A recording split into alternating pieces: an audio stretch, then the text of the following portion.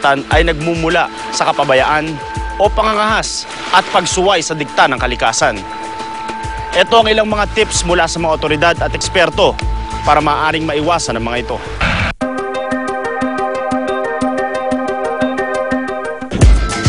Ilan naman sa mga dapat tandaan kapag sasakay ng barko ang mga sumusunod.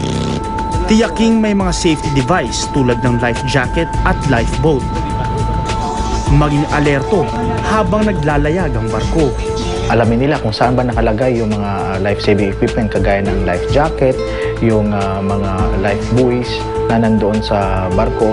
At sa kanilang paligid din ay tingnan nila yung mga ibang mga pasahero kung mayroong mga kahina-hinalang mga sakay na pasahero upang ma-report nila ito sa kinauukulan sa mga crew ng barko o kung mayroon man tayong nakasakay na mga tauhan ng Coast Guard o ng Armed Forces of the Philippines at iba pang sangay na ahensya na nagpapatupad ng law enforcement, maaari nilang i-report ito.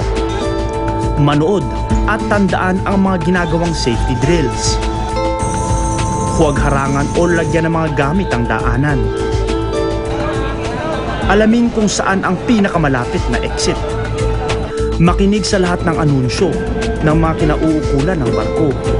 Ang ating pong Philippine Coast Guard ay nagsasagawa po ng mandatory pre-departure inspection.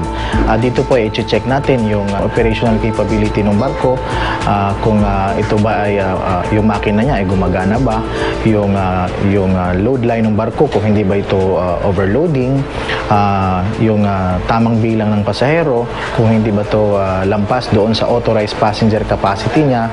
So tinitingnan po natin yan, pati na rin po yung balanse ng barko, tinitingnan natin yung mga communications equipment ng barko, kasama din po sa tinitingnan natin upang matiyak natin na yung barko ay bago ito maglayag ay ship shape, kumbaga seaworthy ito. Kapag nakataas ang signal number 1 ng bagyo, ipinagbabawal na ang paglalayag ng mga maliliit na sasakyang pangdagat.